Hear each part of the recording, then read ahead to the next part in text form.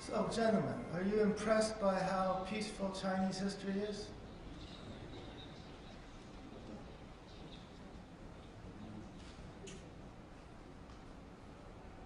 Chinese are peaceful people, right? They don't fight. And if they build weapons, it's only going to be for defensive purposes, right? See, this is the sad reality of Chinese history is, actually, if you study Chinese history, or if you watch the video carefully, Chinese history has only two modes. It's called the dynastic cycle. Either China collapses or China expands. This has been the history of China. It goes through a 300-year cycle of collapsing, then coming back together. And as it comes back together, it builds weapons and it conquers. It conquers everybody, all of its neighbors, until it can't conquer anymore. Then when they run out of countries to conquer, they collapse. And then it starts all over again. This has been Chinese history for the last 2,000 years here, but extends further than that for close to 5,000 years. And now we've come to the 21st century, and we see the massive military buildup of the Chinese nation. And we're supposed to believe that China has no intentions of using those weapons. This is what we are supposed to believe.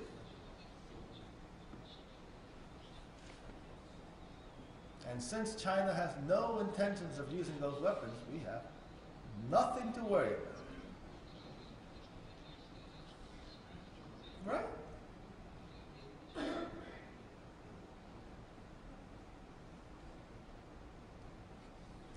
You know, in 1939, the British Prime Minister of England, Prime Minister Chamberlain, went to Germany. And he sat down and he talked with Adolf Hitler. Then he came back to Great Britain and announced, I met Hitler. Hitler's a reasonable man. We have peace in our time. You remember those headlines? Did we? Did they? Did Europe see peace in its time?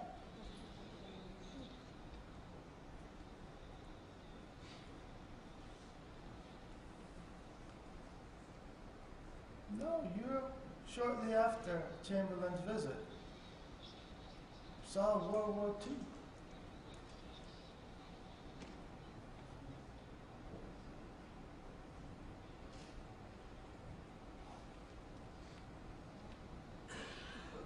A lot of people died.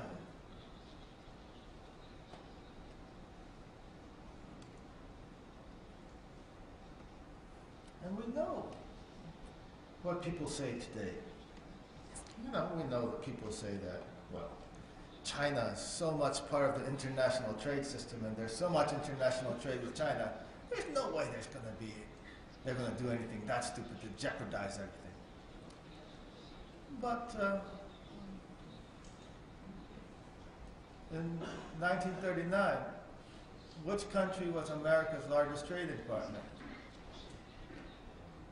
If I remember correctly, it was a country called Nazi Germany. I believe Nazi Germany was also one of Great Britain's largest trading partners too at that time.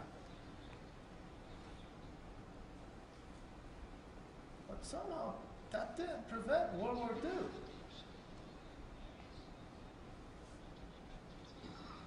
I don't know, you know, I don't like being the spoilsport at the party, and that's kind of like what I feel like. But I just hate to point out these inconvenient facts. Especially since these issues have such a profound bearing to all of us in the world.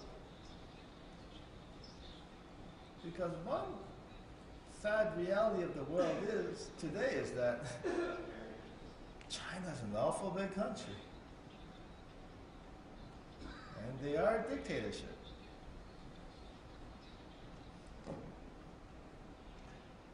In World War II, the Allies, were many times had more resources by many times over Germany. I mean, during World War II, Germany lost about 6 million men, right? Russia lost how many? Nearly 20 million. America lost 700,000. The Brits lost a few 100,000.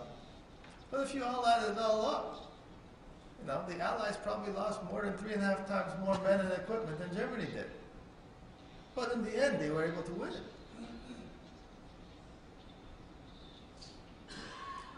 But in the case of China, China's got 1.5 billion people. And their military expansion is growing at about a 12% per year rate. That means they're doubling military spending every 5 years. My question is, what nation is going to play the role of America in World War II? I mean, America's a strong country still, but it's proportionally not the same as World War II. If you want to balance China's power, you need quite a bit more military power than just America alone.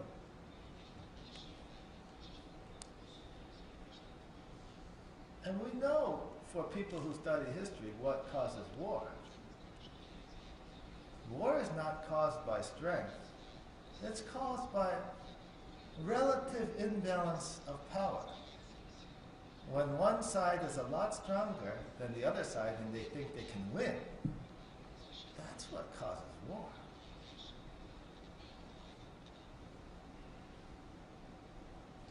And if we apply that analysis here in this situation, it would be hard for any rational person to say that peace is a certainty.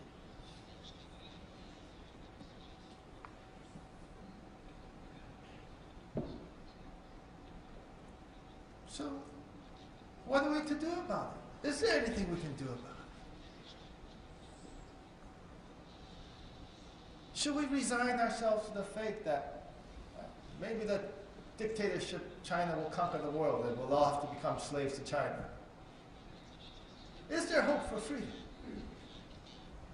Is there hope for democracy?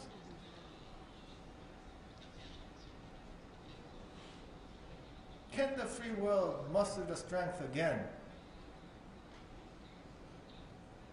to fight for human dignity and to preserve freedom in it? Preserve the right to believe in God.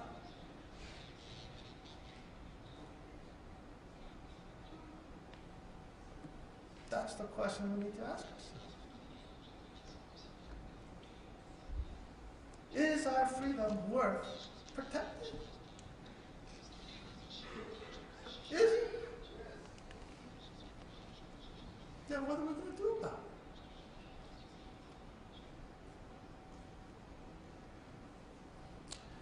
it? There is no rule that says small countries must be weak. I mean, look at Israel. It's a very small country. It has only a population of 7.3 million people.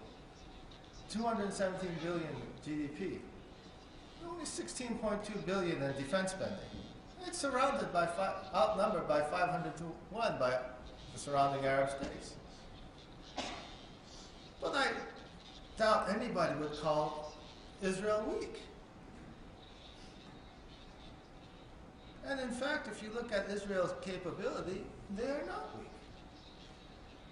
They can actually field 19 combat divisions. America, with its $600 billion defense spending, actually fields about 18. The Israeli Air Force can fly nearly 3,000 sorties a day, qualitatively and quantitatively. They are superior to their surrounding neighbors. And as a result, Israel can defend itself.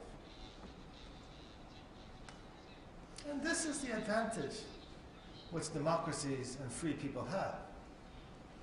I mean, we know what the disadvantage of democracy is, right? It's this cumbersome decision-making process, which often fails, doesn't work so well.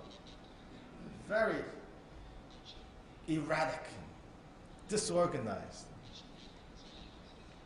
But that's the price we pay for freedom.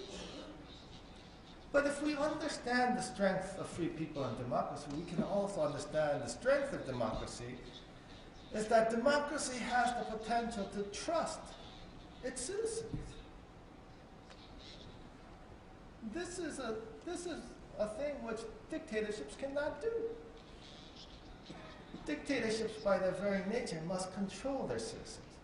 And in order to control their citizens, they must control all the weapons in society. And as a result, that limits the amount of power that dictatorships can ultimately create. Democracies, on the other hand, if they choose to trust their people, can make asymmetric military power. And this is seen through countries like Israel and Switzerland. If the free nations of the world believe that their freedom is worth protecting,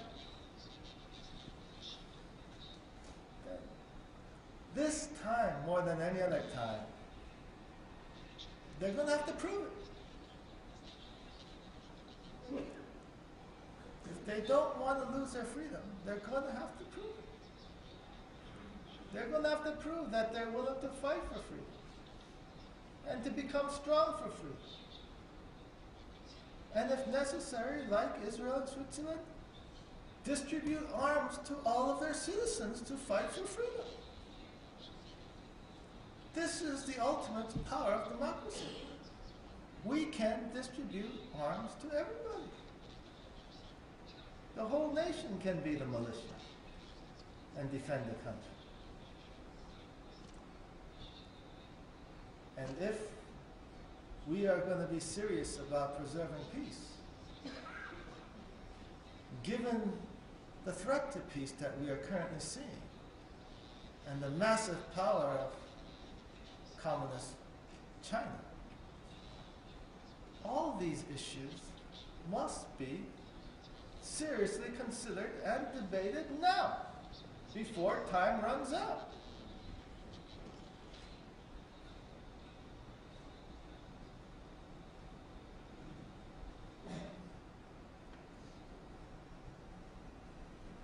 You know, my father has worked for peace a long time, his whole life. And we know what most peace movements are like. They're very idealistic, and as a result, don't consider the practical realities of the world and world politics. But my father has always understood that peace doesn't come by itself. Peace doesn't just appear naturally. That it requires great investment and commitment, and it requires strength to create and preserve peace. This is why he has always supported free governments around the world who are interested in making power for democracies, so that peace can be protected. And this understanding of what the world needs to maintain and to keep peace is deeply rooted in his understanding of God and theology, and in the teachings of the Unification Church and what we call the divine principle. You see, when we look at the situation of the original family of God, from the biblical point of view, Adam and Eve, and then their children, Cain and Abel, You know, we've all heard the story of Cain and Abel. How, you know, God loved Abel and hated Cain. When Abel made offerings to God, God accepted them and blessed Abel. And when Cain made offerings to God, God rejected them and hated Cain. And of course, our theology explains the reasons for this. But then we know what the result of the story is eventually Cain gets jealous and kills Abel. And then from there we have, you know, the rest of human history, which is all heartache, right? But one of the things which we understand from the principle point of view, or from the unification theology point of view, is that, you know, if we look at that situation, Cain killed Abel because Abel was weak. Although he was a good guy, he really loved God, and God blessed him, and God loved him because he was a good and gentle fellow. He died because he didn't have the strength to protect himself. And the principle explains that this history is what we see continuously repeated throughout history, starting from that individual level, from the family level, then to the societal level, and then to the, you know, national level and world level. We see the same problems. And we see the problems manifested in today's world, where we know who the good guys are. We know who loves their fellow man, and who wants to take care of their fellow man, and who cares about the feelings of other people and the rights of other people. We know the free people and the democracies represent the able world. Then we know there's a different world, which knows only power and self-interest, and the expansion of that power and self-interest. And we see that in the dictatorial states. And that is what we understand to be a Cain type. And we see the same situation occurring, that whenever Abel is weak, Cain kills Abel. It's not that complicated. The price which we will pay as democracy and free people, if we do not understand and value the blessings that God wants to give us, and if we do not become strong and maintain our strength, is that God will not be able to bless us. And instead of being able to live, we will die at Cain's hand. This is the price of weakness. The price of weakness for Abel is death.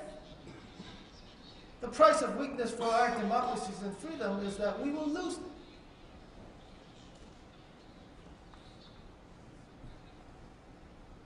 My hope and my Father's hope is that people who have been blessed by God, people who love freedom and righteousness, that these people should understand the responsibility that comes with freedom. That free people should understand that God's blessing requires commitment. And that through their understanding, that they may become strong. And in their strength, that they can preserve peace for all the people. That's what we hope. So, the conclusion is, let us pursue peace through strength and create a world in accordance to God's image. Thank you very much.